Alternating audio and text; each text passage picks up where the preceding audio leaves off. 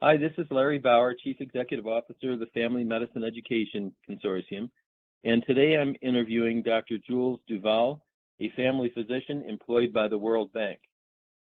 Dr. Duval, thank you so much for talking with me today. Pleasure, Larry. Thank you. So could you describe your background? Where did you come from? How did you end up in medical school? And where did you train as a family physician? Sure. I grew up in New Hampshire, so I'm a northeastern New Englander. I went to medical school at the University of Vermont. I had spent a little time after my college years working as a high school teacher, but I had always been very interested in medicine. Around the time I was in college, I wasn't completely decided that I wanted to do that, but a few years later, I was ready and got accepted at the University of Vermont College of Medicine, and got an Air Force scholarship in order to do that. And so that led both to my decision eventually to want to do family medicine. My grandfather had done a lot of, basically, country doctor type work, and I wanted to be a little bit like him. I admired what he had done, and was able to do that to a certain extent in the military, in the old way in which we were doing it, so to speak. But as I got onto my residency at Malcolm Crowe Medical Center, I spent a lot of time really honing my skills as a doctor. But then in my first assignment afterward, I very quickly started getting into more of the administrative aspects of medicine,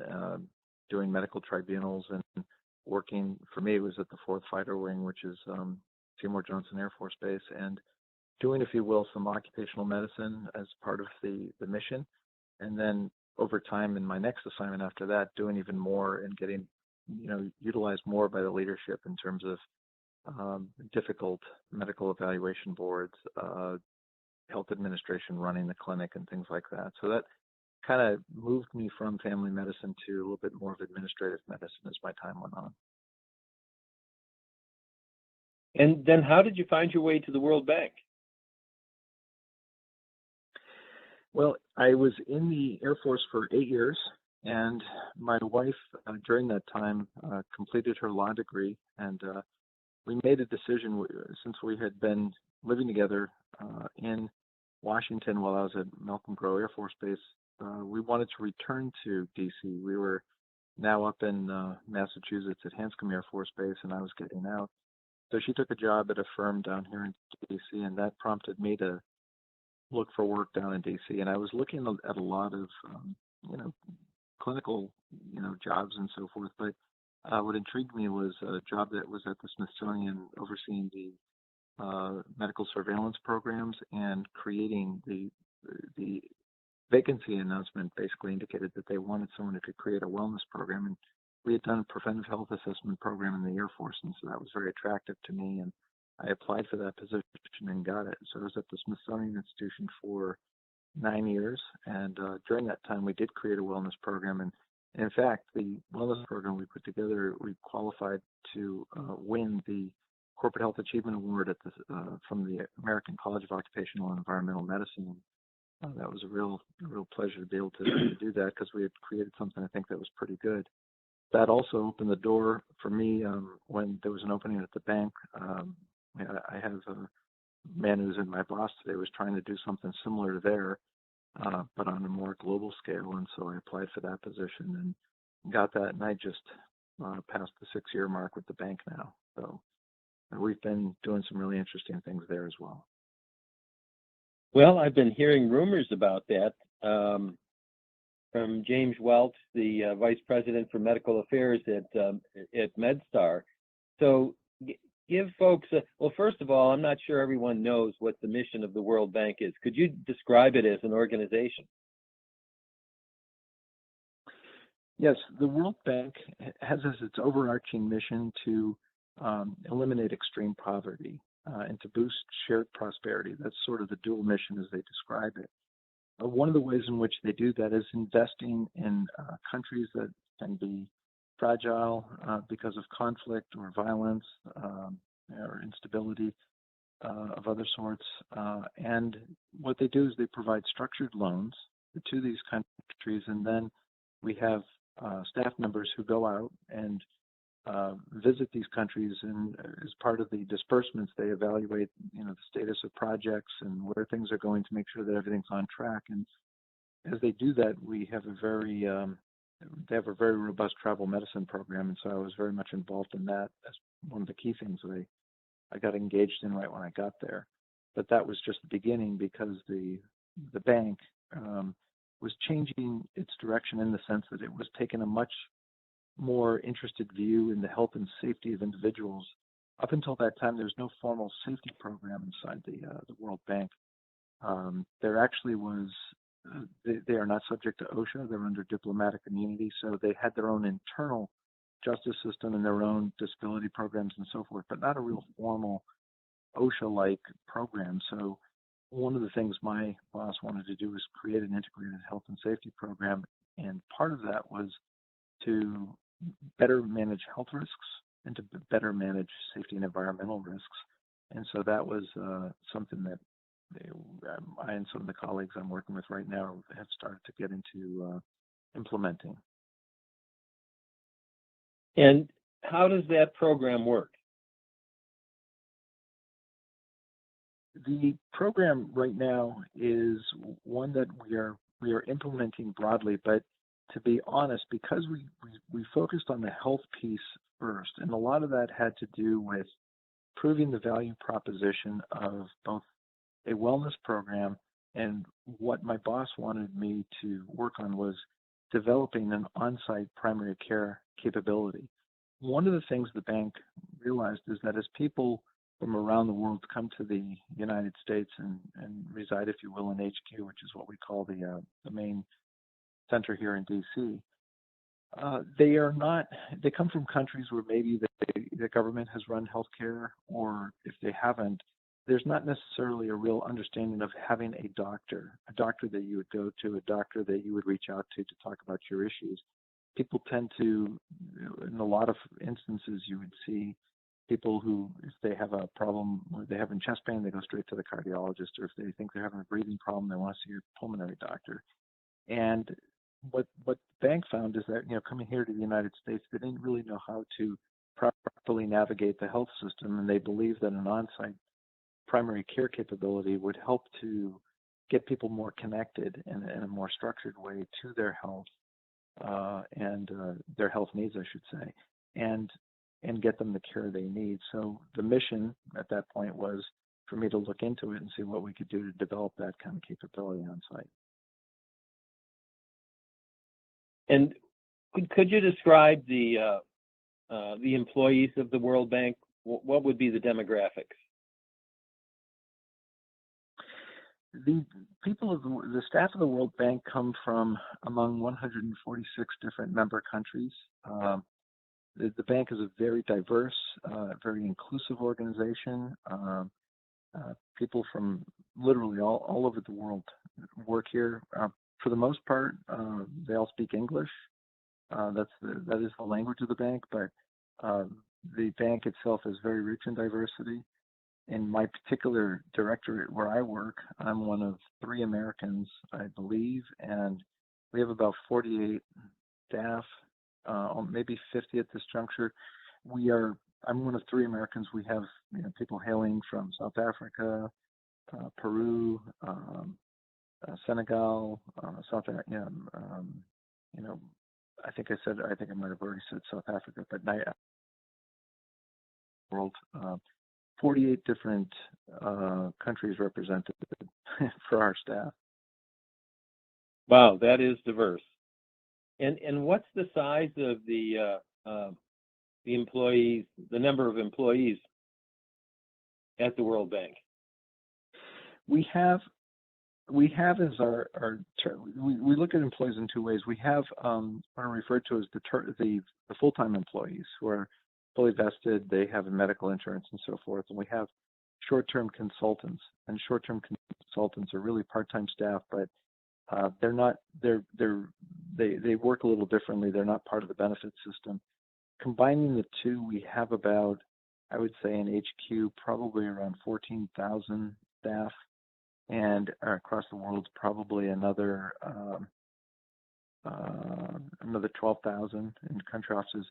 But if we're looking at full-time staff who are under the medical insurance plan, we have a little over 9,000 insureds in the HQ sector, and then probably another 6,000, 6,500 on international insurance with a different third-party administrator for overseas officers. That's impressive. That's quite a good-sized organization. And so when did you set up a primary care practice, and in on-site primary care practice? When did that start, and what did that look like when it started? It was interesting when I first got to the bank. One of the things they had was an on-site urgent care clinic, and one of the things that became very apparent to me very quickly was that it was a rather small capability. It was there mainly as a convenience to staff. Again, people who might come and had some issues, and getting them connected to someone who could help them navigate the American health system if they needed it.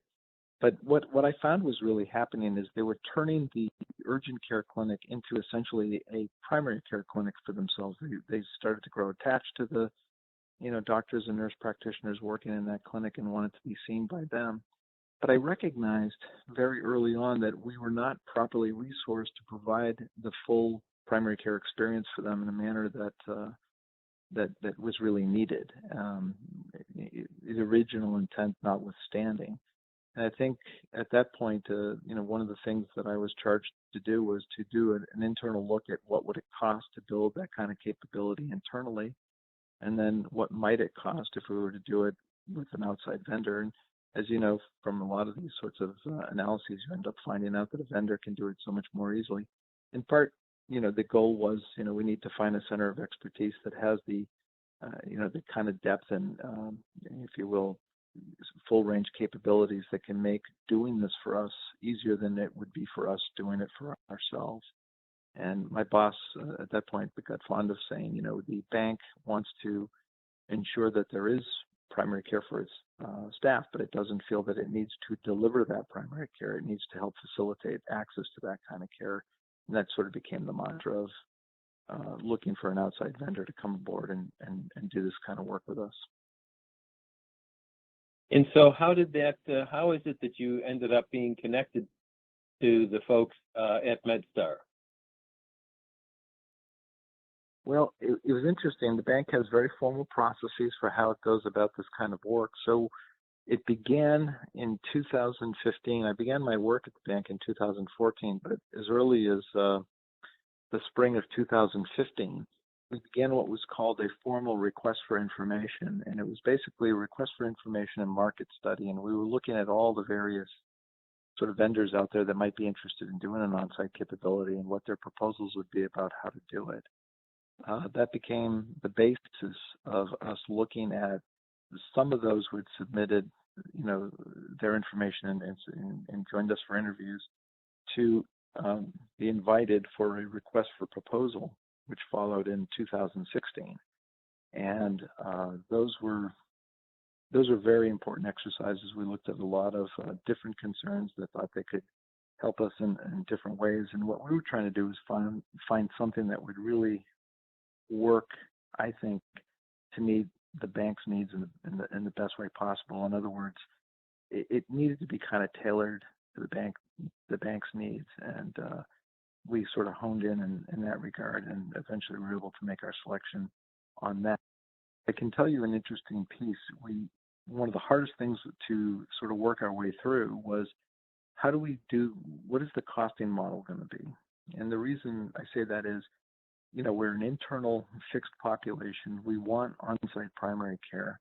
How do we do that so that, it's not like just building a practice out there, where you can be open to just about anybody and scale up, scale down. We have a certain fixed population. How do we do this? What's the costing mechanism look like? And I think as it turned out, we ended up, landing at probably one of the most efficacious and most ingenious kind of outcomes, which was we decided after a lot of analysis and study that we would provide the space and allow Medstar to come in and just do their work and bill our plan.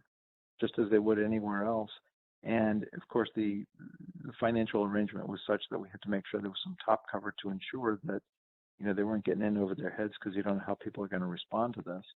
And they're going to invest a lot at the beginning, so they needed to have some shared risk associated with that kind of move. But basically, they come in as not so much as tenants, but they work in the space. They simply see people who come in and make appointments, and then they bill the insurance, and that's how they run their clinic, and that's how they make their money, and that's how they basically survive.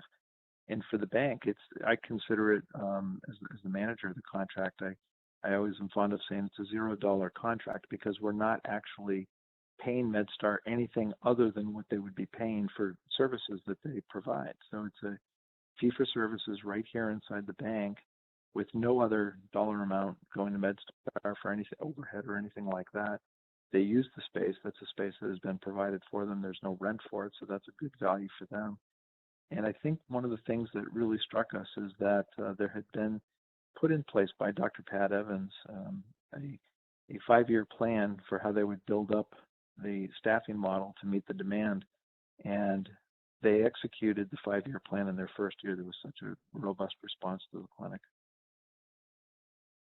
Wow, that's impressive. Now, my understanding is there's 4 family physicians and a nurse practitioner. Is that correct?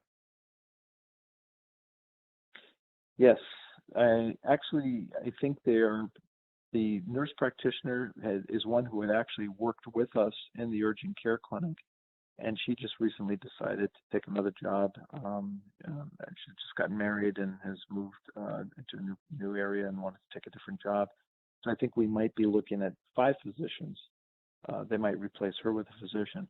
Of course, this consideration is going on while we're dealing with COVID right now, and realizing that the dynamics may change. It could make it a little more complicated to know what the actual staffing model will need to be as we return to the workplace, and how long that takes. But right now, they are still working very solidly within the confines of the World Bank, and been a very, very successful model. One thing I will also share is we are subject to not just HIPAA. The bank technically is, if you will, not subject to any U.S. regulations, because it's under diplomatic immunity. But as a good citizen, so to speak, they always adopt and try to emulate, the standards that are required in the local jurisdiction, so they comply with things like HIPAA and so forth. But as part of the European Union's Data Privacy Act, we're also subject to that. It's really quite daunting to try to control medical information in these rather, very now very prescriptive sort of medical confidentiality rules that are applied, and looking at complex systems and how you manage them. So one of the things we have with Medstar is all of that private medical information is handled completely by Medstar, and it is completely on their own network. They have their own fiber optic line that was put in place into the bank, so that they are on a completely different system, totally unconnected to the bank. And that's a real value to the bank, because it doesn't have to be subject to any particular breach, and it knows that it's got a real center of expertise that knows how to manage that kind of information that's protecting the information of staff. So a real win-win on that one, I think.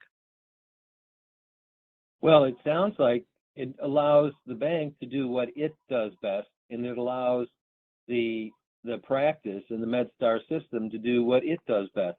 Sounds like a good marriage. I think it has been, and there were a little bit, there were some bumps at the beginning, because people were sort of shifting from what was a walk-in convenience clinic to a more structured primary care clinic, and of course the intense interest early on was so heavy that it took time to build up the staffing to meet the demand. I think Medstar has really kind of blossomed into, right now inside the bank, a real powerful capability. During COVID, we've been shut down since March, and I like to remind people that our colleagues in Medstar have, at their own risk, left the home every day and go to that clinic, and they're doing digital consultation, virtual, sort of visits with their with our staff on a daily basis, and they are actually, in cases where they can, bringing people in for particular procedures or evaluations, and having a place for them to come that is safe versus a regular clinic where there might be COVID cases coming in. So they've really kind of carved out a very nice niche for themselves, and are getting themselves, if you will, somewhat wedded to the DNA of the bank. And I think that's a very welcome thing. They're doing a great job for us. That's great. Now, I'm just a little bit curious. You being a family physician, and you've practiced, are you actively practicing now? No, I actually am. My position right now at the bank is I'm Chief Medical Officer of what's called the Personal Health and Wellness Unit, and we have our travel clinic here in DC. We have I'm a contract manager for both Medstar and our wellness program, and I also oversee the physicians, senior medical officers who are working in 6 separate hubs across the world, and we don't actually have all of them stood up yet. They're emerging hubs, but we have five physicians right now. We're going to get a 6th one, but each one will be in a hub, and I'm going to be managing those doctors. And those doctors are actually going to be managing the hubs, which will include counselor, safety professional, occupational health nurse, and the doctor. And those teams located in these various regions are going to be the full fruition, if you will, of the bank's commitment to integrated health and safety practice. So I work essentially as a senior manager working with these teams, and I'm not typically doing clinic. I will on occasion, just because if people ask, and it's a special request, someone would like to talk to me, I enjoy having the opportunity to help them with a particularly challenging case and how we might evaluate it and refer them and so forth. But I think the need for that has lessened since we have such a capable family medicine staff in Medstar. Very interesting. And so, what is, from the World Bank point of view, what are you, as an employer, what are you seeing, what's the impact of this on-site primary care clinic? And my understanding is that you have the docs there are doing some derm, minor surgeries, IUD. As I recall, you don't have physical therapy, but you do have some, or they do have some behavioral health capabilities. Do I have that description right? Yes. In fact, they have a primary behavioral health specialist, a social worker by training, but who has worked in that kind of primary care environment and has literally just been, embraced. She started, I think, at the beginning of this calendar year, and during COVID has been an incredible resource for people. So it seems that, every time we do something with Medstar, people are seeing more and more the value of having this kind of incredible capability. What's really good for the bank, it really, in my view, works in 2 ways. What the bank really wants, and I think it's one of the things I admire about the bank, we're self-insured. So they do need to protect the rising, the growth of the health plan and, the cost associated with that. But they recognize the importance of good health as the way to controlling costs. And I really do credit them for that. In other words, they don't take the approach of, let's see if we can just keep cutting what it is we do and hoping that we get the spending under control. They really want to invest in the health of their staff as a way to reduce health costs. By the old adage, if you're, taking care of healthy people, they don't need the doctors much. If they're coming in for wellness visits and staying well and not, if you will, developing chronic diseases much, in the long run, we're going to really do great for them, but we're also going to stabilize the plan. I want to say that, it's interesting. I think I'm cautiously optimistic that we're getting there, because I've been attending insurance meetings with Aetna for the last 5-6 years that I've been at the bank, and each year we look at the projections, and usually the cost projections for the year we usually exceed those by a little bit. So for example, it might have been predicted that we'd be about $101 million in spend, and turns out, that we came out at 102, and then we talk about what are the reasons why it went a little higher than expected, and so on and so forth. This year was the first time I had ever seen the phenomenon where the original projection had been $108 million roughly, and the actual turned out to be 102. And while I couldn't immediately say this was because of Medstar, I said, if we think about this, we have brought in an in-network provider, and what staff are doing is they are going to that in-network provider, and that in-network provider is referring them to a great specialty center that is actually 3 blocks from the bank. And that specialty center is one that they like going to. They're on the same medical records, very convenient, and it's an in-network specialist network. So it's helping the bank take great care of its people while at the same time, as an in-network provider, helping them control their costs. And I think that's one of the other really great successes of this venture. Well, that's quite a story. I've had the pleasure of talking with a number of employers that have learned what it sounds like the World Bank has learned, that if you have strong available primary care, particularly family medicine, that the unnecessary care decreases, the referral process is managed more effectively. It's coordinated care as opposed to uncoordinated care. Would you comment on that? Mm-hmm. Yeah, I think one of the things that I was concerned about, the bank has a very generous insurance plan, and we do have a number of people who are on what I would say is considered to be one of the old gatekeeper models, and so they don't have a lot of financial incentive to stay in network when they're being referred to specialists. And as you know, in DC, like many other big urban centers, these a lot of these specialists are outside of any network, and they can just do cash fee for service and all of that sort of stuff, and they get reimbursed. Staff go to them, get reimbursed for the most part almost completely for that kind of care. And in that sense, there's nothing really wrong with it, but in terms of controlling costs, that can be a very difficult situation to contend with. So when we put the primary care capability in place, I wanted to make clear to staff, they could refer you in network to their specialists who they know, and they can facilitate those referrals real easily. You are not required to do that. You still have your choice if you want to prefer a different specialist, because I wanted to make sure they didn't feel like we were forcing them into a network of providers and they were losing choice. And without any effort on our part internally at the bank, or I think on Medstar, people just naturally went with the flow of this uniform medical record between all of their hospitals, all of their clinics, all of their prompt cares, and that sort of convenience, that sense that you don't have to worry about have my records arrived at the specialist office, so he or she knows what my story is. It's one live medical record throughout the Medstar system, and the staff love that.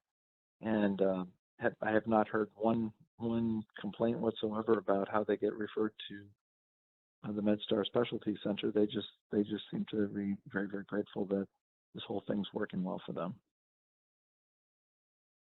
So where do you see this going? I mean, this is definitely a success story. The dollar amounts are modest at this point based on what you're saying. Where do you see this going over the next few years? Well, it's interesting. One of the things we are having to change, and it's been a hard one, is that it had been for many years a sort of a combination walk-in clinic, if you will, convenience clinic, urgent care clinic, and trying to do real primary care. And sometimes one of the more challenging things we're still dealing with, and Pat Evans can talk about this in detail from her perspective, but one of the more challenging issues is this tension between those who want to be able to have a walk-in clinic that's convenient versus those of primary care where it's appointment-driven. And as it turns out, I think, no matter what a situation is that comes, whether it's a good or bad one or tragic one, I'm always, once you deal with the fact that it is what it is, I always look for what are the potential silver linings or potential positive outcomes as a result. For COVID-19, I think it's given us two things. a sense among people that their baseline health really matters and that they really need to stay healthy if they want to contend with infectious disease better, whether it's COVID or anything else. I think we have their attention, and we want to build on that. The other is they are very, very nervous about sick people coming into the workplace. So one of the things I want to see as the new normal is we'd like to separate sick call, if you will, to a location that is separate from where the on-site clinic is. And we might be able to do that. There's another space that they may be able to give us and allow staff who want to do the walk-in stuff and who feel sick and just need to, get seen real quickly or whatnot, go there, and then let the primary care clinic inside the bank, where it currently is, really focus on those internal PCMH type metrics that get at, the number of people who've been evaluated and screened for all these various conditions, how many are being, are being enrolled in the programs who qualify, improving through those metrics that having great care really is a benefit to the employer, because I think what we'll see is not only is it going to be that the cost of the referrals are not as expensive, there's going to be less of a need. I'll give you just a quick example. When we got there, when Medstar started, we had done an analysis, a baseline health survey of our staff, and what we learned is that there was, by doing a review of some of our expenditures and the survey, that there was a very, very high incidence of hypercholesterolemia. When Medstar first began, the doctors in Medstar were very skeptical it could be that high. They thought it can't be that high, just can't be. They have since told us they believe it is that high, and they've been treating it. But what's great about it is they're treating it at a time when people are not suffering the if you will, the end organ effects of that right. condition. And they are being treated so effectively that hopefully what we'll see in the next 10 years is a much greater reduction in, complex heart disease issues and things of that nature that could really lead to, obviously poor outcomes for our staff, but also not a very good financial picture having to deal with that in a growing manner. So I think being able to have that clinic now be recognized for what it is as a primary care clinic and getting it to function in that capacity where they're really drilling in on, overall comprehensive wellness, if you will, wellness type oriented care. That would be my biggest goal for the next couple of years, and then separating out that other so that we keep those two distinct. They have two different purposes and two different values, and I think we can manage both of them, but probably better if they're separated in physical space so that it doesn't run into challenges of people coming in feeling like they're waiting too long just because they walked in and they're walking into a primary care clinic where everyone's already booked up. Right. So I'm curious, Dr. Duval, for most employers, they don't have the benefit of having someone like you, a family physician, who understands healthcare delivery, in the employer's leadership group. They have an HR benefits manager. They have a chief financial officer, and they can look at some of the numbers. What's your perspective, or what's the value of having someone like you on the inside of a company who's able to see the big picture and to facilitate the kinds of outcomes that have developed? It's interesting as you ask that.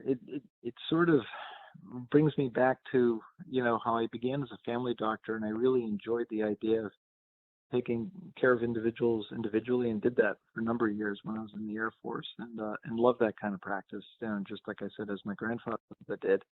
But I have found as I've grown older that the ability to actually affect populations at a much higher level and take my skills as a family doctor, my understanding of, the mechanism of disease and what are the things we need to be most concerned about with people as a family doctor, and to say, how do we apply that by trying to attend to those needs in a population? I think that's what a doctor trained in family medicine can do for an employer. there's certainly a role for occupational docs, and I work with one right now, and he and I are great colleagues.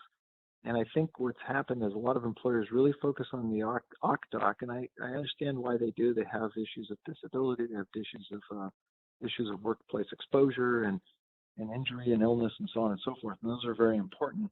But I think what they're missing is that when you look at their benefits, whether it's their HR benefits and health benefits and so forth, not having a doctor who really understands primary care there to help develop a strategy like this, it leaves them at a disadvantage, because what they will do is they will look for other ways to do it and may not be as effective. I think knowing the population, having been able to study it, and then writing the contracts and learning what needs to be embedded in those contracts so that you know what you're asking for. I mean, that's what a family doctor like me was able to do. And I didn't learn it in medical school, but I certainly learned it being a family doctor and learning what was important, and knowing, not so much about contracts, but knowing if we say we need to spell it out, what it is we need. And I think being able to be that specific was what led us to be able to, work with such a great, concern as Medstar Health. I mean, they're just been fabulous. So, Pat is a primary care doctor, and she runs the clinic, and I'm a primary care doctor. We're both family doctors, but we are working together in a sort of synergistic way, but doing two very different things. And overall, that partnership is resulting, I think, in some really great outcomes for the bank as a client, for the staff members, and for the overall health of the people in the organization, but also the health of the plan. And that's really important to remain sustainable moving forward. That is great. I'm curious, any surprises along the way? Yeah, I think some of the originals we were looking at, we were really focused on the idea that we were going to need a model where we'd have to pay, sort of a fixed amount of money. And, we had to look at things like, would it be valuable to have pharmacy in-house? Would that be a real benefit or not? Do we need that sort of thing? And I think for me, maybe it's just partly of how we're composed and where we're located geographically, that didn't apply. If we were in, say, a very different setting, let's say we're a very, large company that has a lot of big labor force, but not with a lot of nearby resources, we might have needed to think about structuring some internal resource a little differently. But I think what we were able to do is figure out what really fit, and some of it seemed to be a little bit by trial and error. How many doctors do we think we need? Should it be more of a nurse practitioner driven model? Can it be more of a doctor driven model?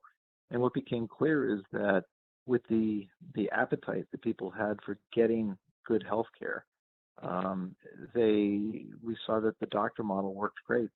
We do have an international staff who don't necessarily always understand what it means when you say nurse practitioner. They understand doctor. They may not have understood primary care doctor, but they understood doctor. Now, thankfully, they understand my doctor, my family doctor, the doctor who knows what they need to know about me and can help me through this complex system. And that, I think, was a real joy seeing that evolution begin, because that's something that I had watched, in a variety of settings, but we see people going around looking for answers, and I hate to say it, it's like looking for answers in all the wrong places. And being able to say to them, these are going to be people who get to know you and can take care of you and get you to where you need to go, and let them do that thinking for you.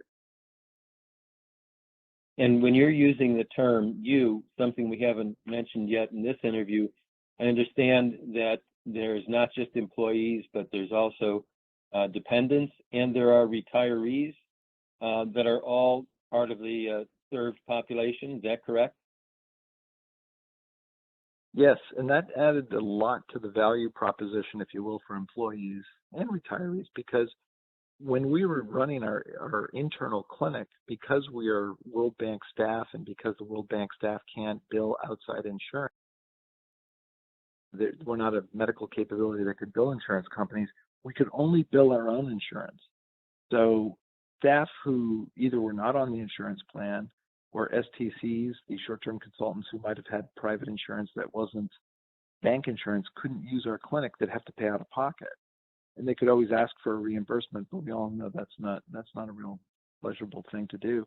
Also, we couldn't see kids, we couldn't see spouses, we couldn't see retirees.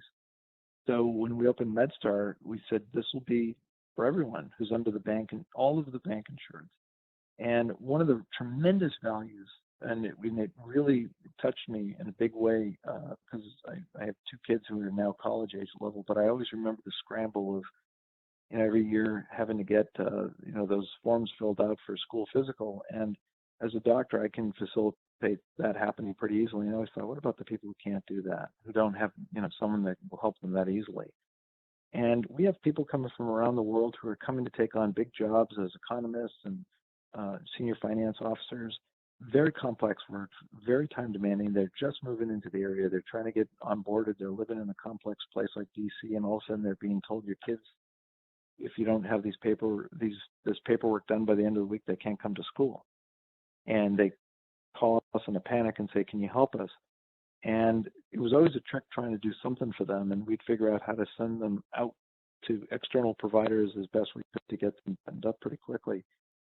Now with Medstar on site, Dr. Evans, knowing that that's an important thing, creates a whole set of appointment slots in the summertime for people to do that.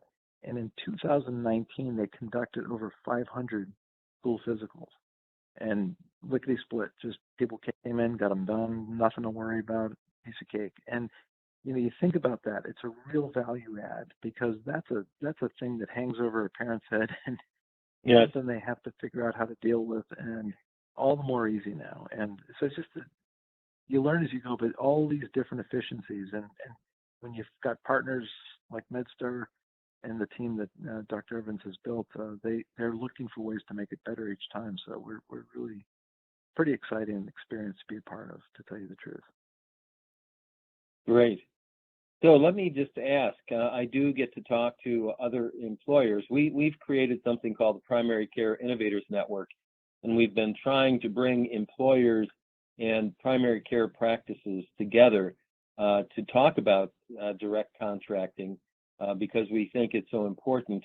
And what's been interesting, we've held meetings in a number of metropolitan areas in the country, and what I've learned is that the primary care practice leaders and the employers speak two different languages, and they can be in a room together, not appreciating that literally that they work in different paradigms, they use different languages, and there's need for an interpreter, which is why I asked the question about your value to the World Bank. You can bridge that gap to help that to happen, but in most companies that can't.